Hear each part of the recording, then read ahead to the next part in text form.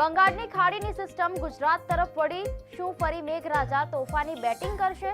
30 જુલાઈથી 1 August સુધી કયા જિલ્લામાં ભારેથી અતિ ભારે વરસાદની ચેતવણી છે?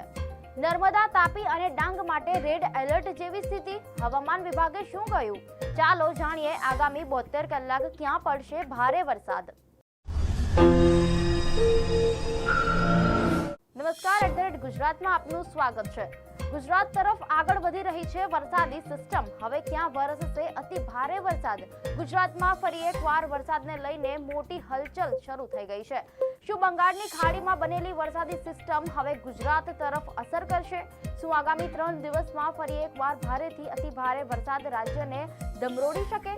અને સૌથી મહત્વનો સવાલ, કયા જિલ્લાઓમાં હવામાન વિભાગે ભારે વરસાદની ચેતવણી જાહેર કરી છે?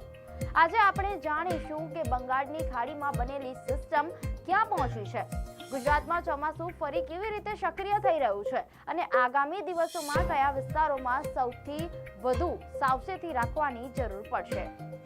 જુલાઈના છેલ્લા અઠવાડિયામાં ગુજરાતમાં ચોમાસાએ થોડા દિવસો માટે વિરામ લીધો હતો. ઘણા વિસ્તારોમાં વરસાદનું પ્રમાણ ઘટી ગયું હતું, પરંતુ દક્ષિણ ગુજરાત અને ઉત્તર ગુજરાતના કેટલાક વિસ્તારોમાં સામાન્યથી મધ્યમ વરસાદ ચાલુ રહ્યો હતો. 23 અને 24 જુલાઈ દરમિયાન ગુજરાતના અનેક જિલ્લાઓમાં ભારે વરસાદ વરસ્યો હતો, જેના કારણે ઉત્તર ગુજરાત, દક્ષિણ ગુજરાત અને સૌરાષ્ટ્રના અનેક વિસ્તારોમાં પાણી ભરાઈ ગયા હતા. ઘણા ગામોમાં રસ્તાઓ પાણીમાં ગરકાવ થયા હતા અને હજુ પણ કેટલાક નીચાણવાળા વિસ્તારોમાં પાણી ભરાયેલા છે. હવે ફરી એક નવી વરસાદી સિસ્ટમ સક્રિય થતા ચોમાસું ફરી ગતિ પકડે તેવી શક્યતા વધી ગઈ છે. આ વરસાદનો સૌથી મોટો લાભ રાજ્યના જળાશયોને મળ્યો છે. દર્શક મિત્રો, મીડિયા અહેવાલ મુજબ ગુજરાત જળ સંપત્તિ વિભાગના અહેવાલો મુજબ રાજ્યના કુલ 207 જળાશયોમાં 54% વધુ પાણીનો સંગ્રહ થઈ ગયો છે. રાજ્યના 13 ડેમ સંપૂર્ણપણે ભરાઈ ચૂક્યા છે, જ્યારે 21 ડેમ હાઈ એલર્ટ પર પહોંચી ગયા છે. આ પાણી ખેતી, પીવાના પાણી અને આગામી મહિનાઓ માટે ખૂબ જ મહત્વનું માનવામાં આવે છે. જો કે હજુ પણ રાજ્યના કેટલાક વિસ્તારોમાં જરૂરી પ્રમાણમાં વરસાદ પડ્યો નથી. તેથી હવે સૌની નજર આગામી વરસાદ પર ટકેલી છે. હવે વાત કરીએ સૌથી મહત્વના મુદ્દાની. અહેવાલ મુજબ 28 જુલાઈએ પશ્ચિમ બંગાળના દરિયાકાંઠા નજીક ઉત્તર પશ્ચિમ બંગાળની ખાડીમાં બનેલું ડીપ ડિપ્રેશન વધુ મજબૂત બન્યું છે અને તે સતત પશ્ચિમ ઉત્તર પશ્ચિમ દિશામાં આગળ વધી રહ્યું છે. આગામી 24 કલાક દરમિયાન ઉત્તર ઓડિશા, દક્ષિણ ઝારખંડ અને છત્તીસગઢ તરફ આગળ વધવાની શક્યતા છે. તેની સાથે મોન્સૂન ટ્રફ પણ દક્ષિણ તરફ જ ખસી રહ્યો છે. આ બંને પરિબળોના કારણે પશ્ચિમ ભારત તરફ ભેજનું પ્રમાણ વધશે અને જો સિસ્ટમ અનુમાન મુજબ આગળ વધશે તો ગુજરાતમાં ફરી વરસાદનું જોર વધી શકે છે. મીડિયા અહેવાલ મુજબ હવામાન વિભાગના અનુમાન પ્રમાણે 30 જુલાઈએ ઉત્તર ગુજરાતના બનાસકાંઠા, પાટણ, મહેસાણા, સાબરકાંઠા, ગાંધીનગર, અરવલ્લી, અમદાવાદ, ખેડા, આણંદ અને મહીસાગરમાં અનેક વિસ્તારોમાં વરસાદ પડી શકે છે. દક્ષિણ ગુજરાતમાં વડોદરા, છોટાઉદેપુર, નર્મદા, ભરૂચ, સુરત, તાપી, ડાંગ, નવસારી અને વલસાડ સહિતના જિલ્લાઓમાં વરસાદ વધુ સક્રિય રહેશે. સૌરાષ્ટ્રમાં રાજકોટ, જૂનાગઢ, અમરેલી, ભાવનગર, ગીર સોમનાથ, સુરેન્દ્રનગર, બોટાદ તેમજ કચ્છના કેટલાક વિસ્તારોમાં ગાજવીજ સાથે હળવાથી મધ્યમ વરસાદની સંભાવના વ્યક્ત કરવામાં આવી છે. 31 જુલાઈએ સ્થિતિ વધુ ગંભીર બની શકે છે. ઉત્તર અને મધ્ય ગુજરાતના મોટા ભાગના જિલ્લાઓમાં વરસાદનું પ્રમાણ વધવાની શક્યતા છે.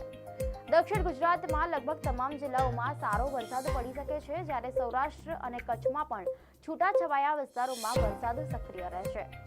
જો વરસાદ સતત એક જ વિસ્તારમાં વરસશે તો નીચાણવાળા વિસ્તારોમાં ફરી પાણી ભરાવાની સ્થિતિ સર્જાઈ શકે છે. હવે વાત કરીએ ઓગસ્ટના પ્રથમ દિવસની, તો 1 ઓગસ્ટે પણ ઉત્તર ગુજરાતના બનાસકાંઠા, મહેસાણા, ગાંધીનગર, અમદાવાદ, ખેડા અને આણંદ સહિતના વિસ્તારોમાં વરસાદ ચાલુ રહેવાની શક્યતા છે. દક્ષિણ ગુજરાતના લગભગ તમામ જિલ્લાઓમાં સારો વરસાદ પડી શકે છે અને સૌરાષ્ટ્ર, કચ્છના અનેક વિસ્તારોમાં ગાજવીજ સાથે વરસાદની આગાહી કરવામાં આવી છે. એટલે કે ઓગસ્ટની શરૂઆત પણ વરસાદી માહોલ સાથે થવાની સંભાવના છે. હવે સૌથી મહત્વની માહિતી. મીડિયા અહેવાલ મુજબ હવામાન વિભાગે આગામી 3 દિવસ માટે કેટલાક જિલ્લાઓમાં ભારેથી અતિ ભારે વરસાદની ચેતવણી જાહેર કરી છે.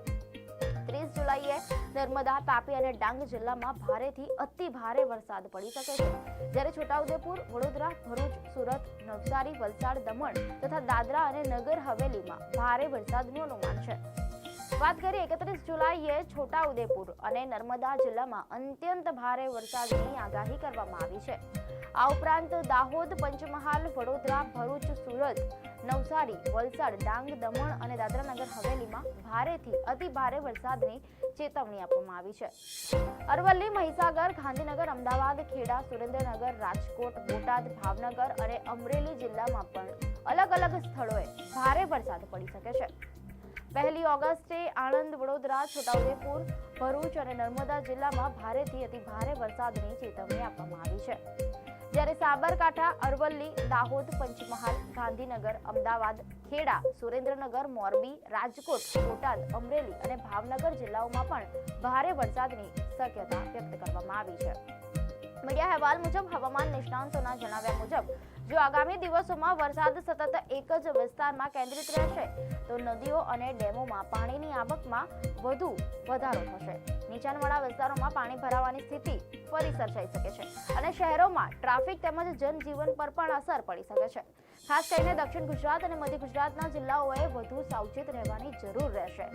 તો કુલ મળીને બંગાળની ખાડીમાં બનેલી આ વરસાદી સિસ્ટમ હવે પશ્ચિમ તરફ આગળ વધી રહી છે અને તેના કારણે ગુજરાતમાં ચોમાસું ફરી સક્રિય થવાના સંકેતો મળી રહ્યા છે. આગામી 3 દિવસ રાજ્યના અનેક જિલ્લાઓમાં ભારેથી અતિ ભારે વરસાદ પડી શકે છે. એક તરફ આ વરસાદ જળાશયો અને ખેતી માટે લાભદાયી સાબિત થઈ શકે છે તો બીજી તરફ નીચાણવાળા વિસ્તારોમાં રહેતા લોકો માટે સાવચેતી પણ એટલી જ જરૂરી રહેશે. હવામાન વિભાગની આગામી આગાહીઓ પર સતત નજર રાખો, સ્થાનિક તંત્રની સૂચનાઓનું પાલન કરો અને જરૂર ન હોય ત્યાં સુધી ભારે વરસાદ દરમિયાન મુસાફરી ટાળો, કારણ કે ચોમાસું હવે ફરી એકવાર પોતાની સંપૂર્ણ તાકાત સાથે ગુજરાતમાં પરત ફરતું જોવા મળી શકે છે. દર્શક મિત્રો, આપને માહિતી સારી લાગી હોય તો વિડીયોને લાઇક અને શેર કરજો, ચેનલને સબસ્ક્રાઇબ કરજો.